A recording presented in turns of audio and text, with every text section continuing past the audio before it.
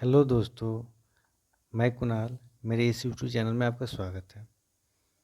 आज एनसीईआरटी पर्यावरण अध्ययन की पुस्तक से आज एक बहुत ही इम्पोर्टेंट और नए टॉपिक के साथ उपस्थित हूँ, जो आगामी सीटेट एग्ज़ाम 2022 के लिए बहुत ही ज़्यादा महत्वपूर्ण है।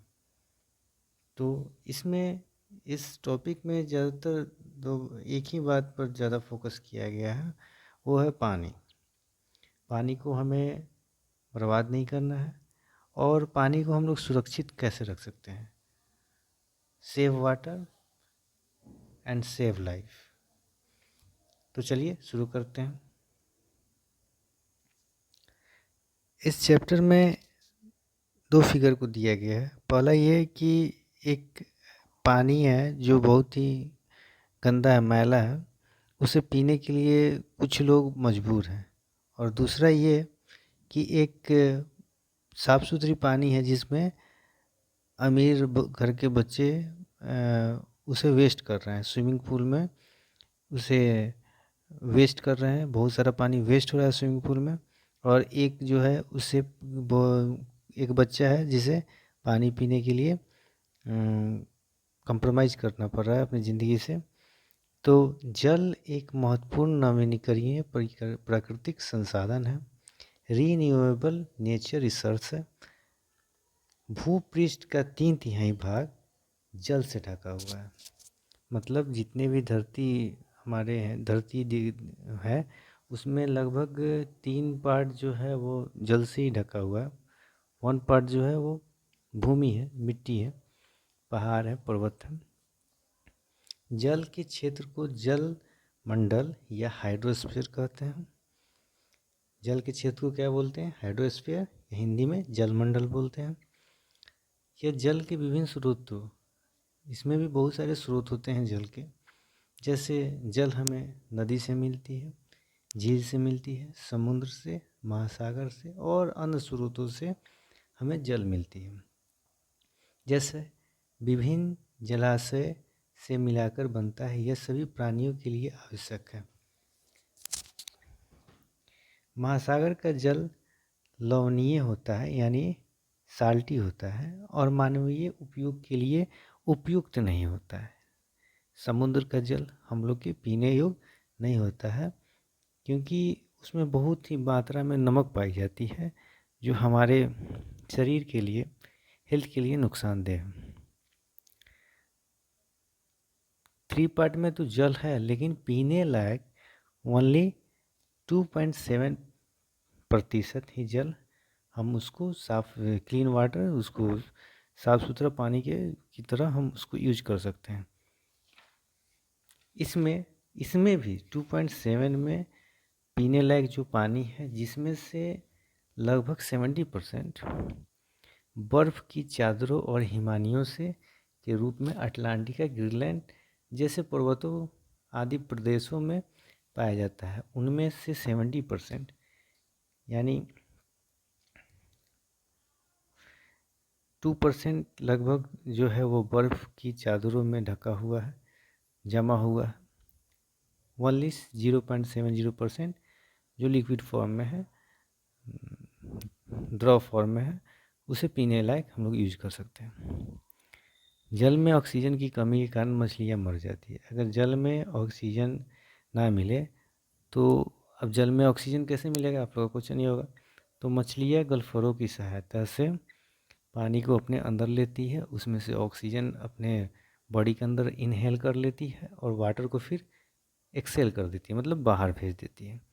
तो अगर जल में ऑक्सीजन की कमी हो जाए, गंदा पानी होता है, उसमें ऑक्सीजन की कमी अधिकतर देखने को मिलती है। तो उस तरह के अगर पानी में अगर ऑक्सीजन की कमी हो जाएगी तो मछलियाँ मर जाती हैं, बहुत सारे जीव जंतु मर जाते हैं।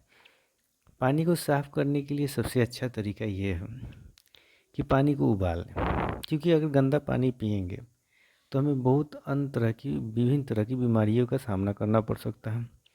जैसे हैजा, टाइफाइड, पीलिया जैसे बीमारियों, खतरनाक बीमारियों का सामना करना पड़ सकता है गंदे पानी पीने से। इसलिए पानी को अच्छे से, अगर गंदा पानी है साफ़ सुथरा नहीं तो उसको क्या करेंगे, उबाल कर पीने यूज करेंगे।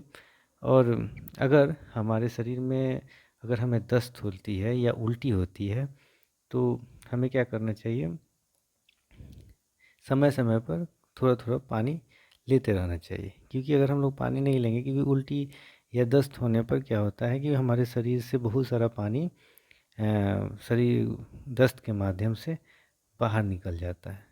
इसीलिए हमें समय समय पर थोड़ा थोड़ा समय पर पानी पीना चाहिए। और हो सके तो नमक और चीनी का घोल, जैसे इसमें दिया हुआ है कि नमक 1 गिलास पीने का पानी उबाल कर ठंडा करें, इसमें 1 छोटा शक्कर घोलें, चुटकी भर नमक डालना है, यानी 1 चम्मच। इस घोल को चखकर देखो, इसका स्वाद हमारे आंसू के स्वाद से ज़्यादा नमकीन ना हो। और बीमार व्यक्ति को जब भी दस्त या उल्टी हो तब इस घोल को पिलाते रहो। इससे हमारे शरीर का जो वाटर लेवल है मेंटेन रहेगा। और हल्का भोजन ज़रूर लेना चाहिए। ये सब जो है, और भोजन समय समय पर लेते रहना चाहिए। तो हमारे जीवन में जल का बहुत महत्व है। एक और जल है जो डेड सी जिसको बोलते हैं, मृत सागर, उसमें कोई जीव नहीं पाया जाता है। वैसे तो सभी सागरों में के पानी में नमक होता है, सभी सी में, समुद्र में, महासागरों में नमक होता है। लेकिन ये डेड सी है, मृत सागर है। इसका नाम ही डेड पड़ा क्योंकि इसमें कोई जीव जंतु नहीं पाए जाते हैं। क्यों नहीं पाए जाते हैं?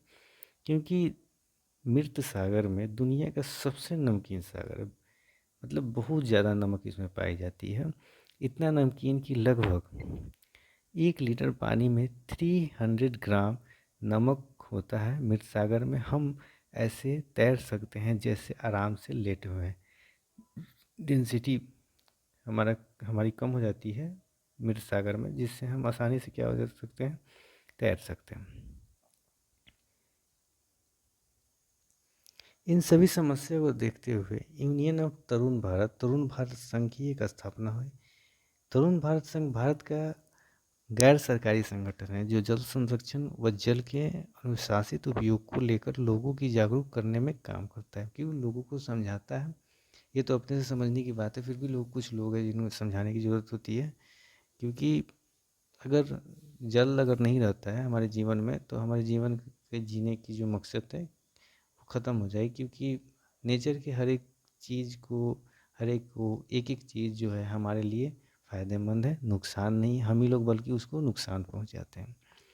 तो ये संगठन की ज़रूरत पड़ी जिसे लोग को जागरूक किया गया। जल अनुशासित उपयोग करके ज़्यादा पानी ना बर्बाद करना, कम से कम यूज करना, कम से कम उसको वेस्ट करना, ये सब तरह के बहुत सारे जागरूक को लेकर लोगों के सामने उपस्थित हुए। तरुण भारत संघ ने पिछले 25 वर्षों में देश भर में 10,000 से ज़्यादा तालाब बनवाए, कुएं खुदवाए। ये सब काम करने का काम तरुण भारत संघ ने किया लगभग 25 वर्षों से 10,000 से ज़्यादा। अब कुआं या बावड़ी होता क्या है? सीढ़ीदार कुएं या बावड़ी जल भंडार तथा संरक्षण की प्रारंभिक व्यवस्था के साथ जल स्रोतों के उपयोग में भी उपयोगी होता है।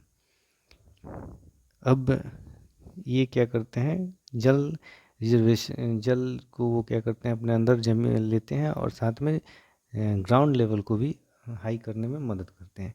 इसी तरह का एक संगठन कर्नाटक के होलगुरी गांव में लोगों को पानी पीने के लिए, होलगुरी गांव में कुछ वर्षों से वहाँ सूखा पड़ गया था जिससे लोग गांव छोड़कर जाने लगे थे। तो एक संघ जो था, पंचायत हुई। पंचायत में, कर्नाटक की पंचायत में बड़ों बूढ़ों के साथ बच्चे की भी वहाँ वही भागीदारी, उतनी ही भागीदारी होती है जितनी बड़ों की होती है। और बच्चों की भागीदारी को एक नाम दिया गया जिसे भीमा संघ कहते हैं। ये भीमा संघ ने कर्नाटक में होलगुड़ी गांव में बहुत अच्छा काम किया। पहले उसने उस जड़ को खोजा जिससे वहाँ की पानी जो है सूख चुकी है। तो उन्होंने पाया कि जो पहले तालाब में या घरों में पानी जो आया करते थे वो ऊपर पहाड़ों में बने एक टंकी के सहारे वो सभी के घरों तक वो पानी पहुंचता था। और ग्राउंड लेवल भी क्या रहता था, हाई रहता था। और पशु पक्षी भी उसका बहुत अच्छा यूज करते थे।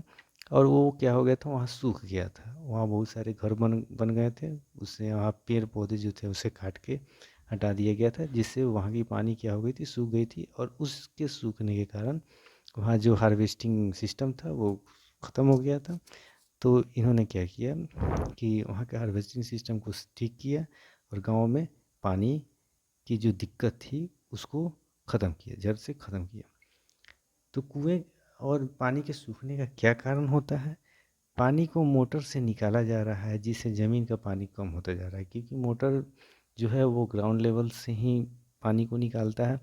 और ज़्यादा यूज ज़्यादा वेस्टेज के कारण, पानी ज़्यादा निकालने के कारण ये कुएं के पानी, चापाकल का पानी धीरे धीरे सूखता जा रहा है। झील कम हो रही है जहाँ वर्षा का पानी इकट्ठा होता था।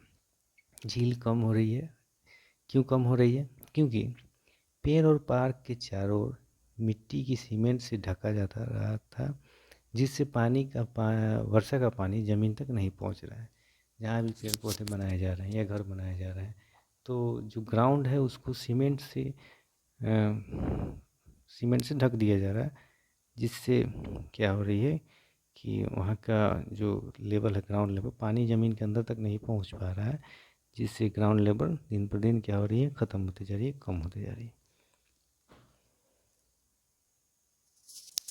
तो ये कुछ इम्पोर्टेंट पॉइंट्स थे जो सीटेट में पूछे जाते हैं। जैसे ये पूछे जा सकते हैं कि भीमा संघ कहाँ के थे? तो भीमा संघ कर्नाटक के थे, बच्चे का संगठन था। और इन भीमा संघ ने किस पर ज़्यादा काम किया?